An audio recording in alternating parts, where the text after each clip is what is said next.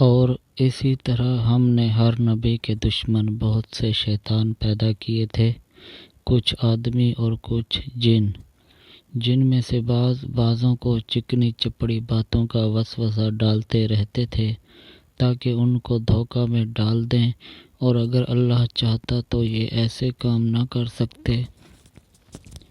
سو ان لوگوں کو اور جو کچھ یہ اس طرح پردازی کر رہے ہیں اس کو آپ رہنے دیجئے، اور تاکہ اس طرف ان لوگوں کے قلوب مائل ہو جائیں جو آخرت پر یقین نہیں رکھتے، اور تاکہ اس کو پسند کر لیں، اور تاکہ مرتکب ہو جائیں ان امور کے جن کے وہ مرتکب ہوتے تھے۔ تو کیا اللہ کے سوا کسی اور فیصلہ کرنے والوں کو تلاش کروں، حالانکہ وہ ایسا ہے کہ اس نے ایک کتاب کامل تمہارے پاس بھیج دی ہے، اس کے مضامین خوب صاف صاف بیان کیے گئے ہیں، اور جن لوگوں کو ہم نے کتاب دی ہے وہ اس بات کو یقین کے ساتھ جانتے ہیں کہ یہ آپ کے رب کی طرف سے حق کے ساتھ بھیجی گئی ہے۔ سو آپ شبہ کرنے والوں میں سے نہ ہوں۔ آپ کے رب کا کلام سچائی اور انصاف کے اعتبار سے کامل ہے، اس کے کلام کا کوئی بدلنے بنانے والا نہیں، اور وہ خوب سننے والا، خوب جاننے والا ہے۔ اور دنیا میں زیادہ لوگ ایسے ہیں کہ اگر آپ ان کا کہنا ماننے لگیں تو وہ آپ کو اللہ کی راہ سے بے راہ کر دیں۔ وہ محض بے اصل خیالات پر چلتے ہیں اور بالکل قیاسی باتیں کرتے ہیں۔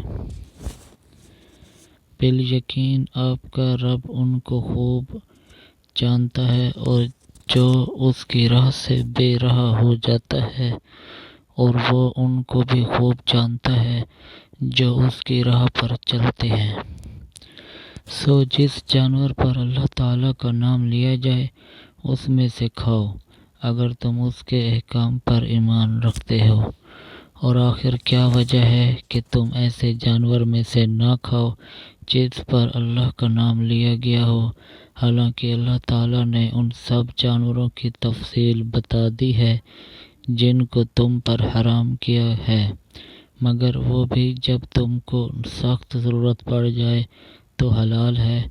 اور یہ یقینی بات ہے کہ بہت سے آدمی اپنے خیالات پر بلا کسی سند کے گمراہ کرتے ہیں۔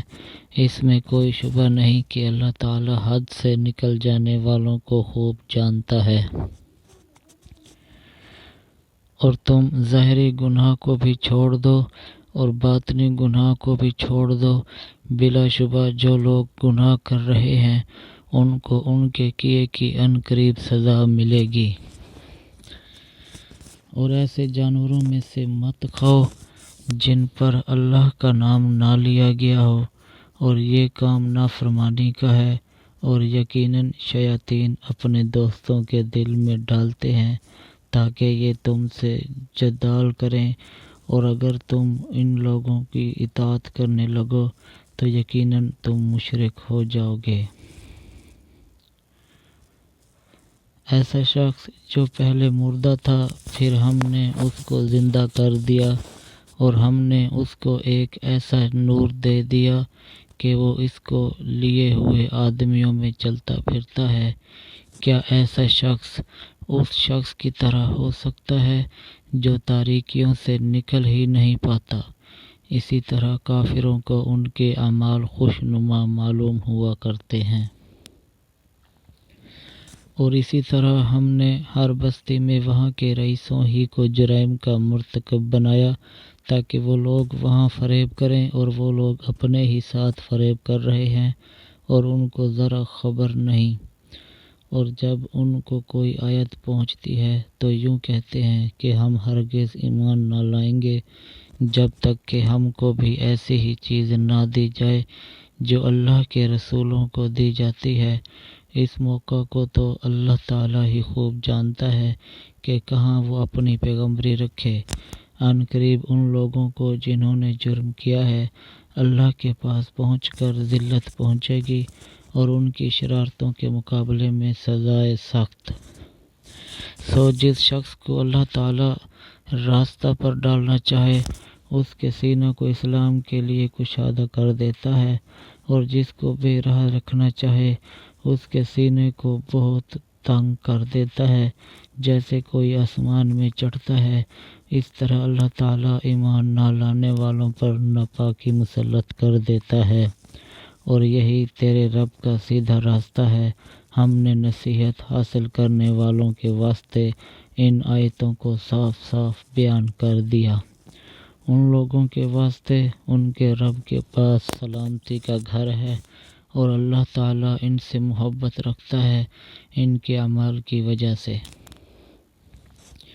اور جس روز اللہ تعالیٰ تمام خلائق کو جمع کرے گا، اے جماعت جنات کی، تم نے انسانوں میں سے بہت سے اپنا لیے جو انسان ان کے ساتھ تعلق رکھنے والے تھے۔ وہ کہیں گے، اے ہمارے پروردگار، ہم میں ایک نے دوسرے سے فائدہ حاصل کیا تھا اور ہم اپنی اس معین میعاد تک آ پہنچے جو تو نے ہمارے لیے معین فرمائی۔ اللہ فرمائے گا کہ تم سب کا ٹھکانہ دوزخ ہے جس میں ہمیشہ رہو گے۔ ہاں، اگر اللہ ہی کو منظور ہو تو دوسری بات ہے، بے شک آپ کا رب بڑی حکمت والا، بڑا علم والا ہے۔ اور اسی طرح ہم بعض کفار کو بعض کے قریب رکھیں گے ان کے اعمال کے سبب۔ اے جنات اور انسانوں کی جماعت، کیا تمہارے پاس تم میں سے ہی پیغمبر نہیں آئے تھے جو تم سے میرے احکام بیان کرتے اور تم کو اس آج کے دن کی خبر دیتے؟ وہ سب عرض کریں گے کہ ہم اپنے اوپر اقرار کرتے ہیں، اور ان کو دنیاوی زندگی نے بھول میں ڈالے رکھا، اور یہ لوگ اقرار کرنے والے ہوں گے کہ وہ کافر تھے۔